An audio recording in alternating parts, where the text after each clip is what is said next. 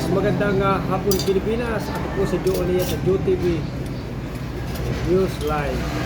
Alam niyo mga kababayan, nandito po kami sa place ng napakabait na owner na si Don Juan. Kaya pagpupunta po kayo ng Tagaytay,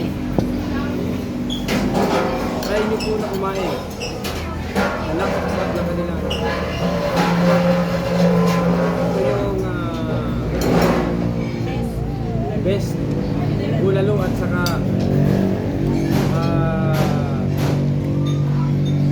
ito yung chop suey. So